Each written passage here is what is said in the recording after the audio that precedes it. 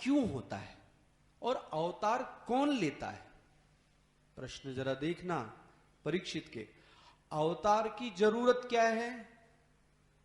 अवतार किसको कहते हैं? अवतार में क्या होता है? ये सब प्रश्न पूछे। किसने? परीक्षित जी ने सुखदेव जी से पूछ लिए।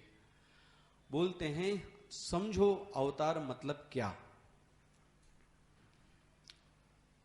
ये जो ब्रह्मांड है इसकी अपनी एक आयु है, लेकिन जो राक्षस लोग हैं ना ये पूरी नहीं होने देते। देखो जैसे घर होता है ना, तो कोई कोई होता है कि घर में उपद्रव ऐसा करता है कि दो भाइयों को अलग हो जाना पड़ता है। तो वो लड़का अलग चला गया, तो कोई एक है जो उपद्रव मचाता है जिसके कारण घर क्या हो गया, अलग अलग हो गया। बोले ऐसे ही सृष्टि जो कल्प है वो ब्रह्मांड अपनी आयु पूरी कर सके, और उस आयु को पूरी कराने के लिए भगवान को क्या लेना पड़ता है? अवतार। देखो जी क्यों अवतार लेना पड़ा? बोले जब कोई समस्या आती है तो पहली समस्या ब्रह्मा जी के पास जाती है।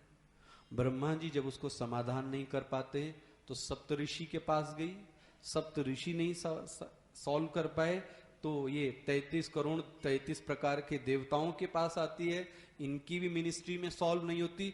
अब वह समस्या ऐसी आ गई कि कोई हल ही नहीं कर पाता। उदाहरण हिरण्यकश्यप, उसने तो देवताओं पर ही विजय हासिल कर ली, ऋषियों को ही बंधन में बांध लिया, अब वो तो पूरा हाहाकार मचा देता है। भगवान बोलते हैं इसलिए मुझे क्या लेना पड़ता है? अवतार। क्योंकि सृष्टि अपनी आयु पूरी करे और जब इन लोगों से वह समस्या निपटती नहीं है तब मैं क्या कहता हूं? अवतार लेता हूं। तो जरा आप ध्यान से सुनना।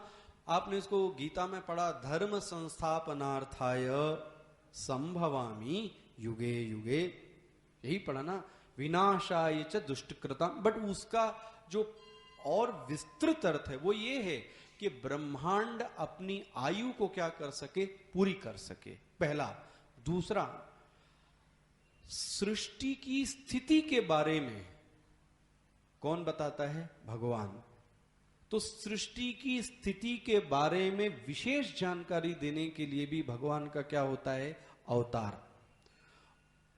तीसरा, यदि ईश्वर अवतार नहीं लेगा तो लीला कैसे होगी? ध्यान से समझना जरा। लीला कौन करेगा? हम और अब तो लीला नहीं कर सकते। लीला मतलब ही होता है जो सत्य है नहीं लेकिन दिखती है। ध्यान से समझना। आप जब एक बच्चे की गुड़िया टूट गई और आज जब बच्चे को आप चुप कराते हो तो झूठी मूठी रोने लगते हैं कि नहीं लगते हैं? उस रोने के कारण, झूठ मूठ रोने के कारण वो बच्ची क्या हो गई? चुप हो गई। तो ये आपने क्या किया? बोलो जी, लीला। वो सच में नहीं रोए लेकिन रोने के कारण बच्ची चुप हो गई। भगवान के अवतार के कारण वह दुष्टों का संहार हो जाता है, इसलिए भगवान को लीला धारण करना पड़ता है।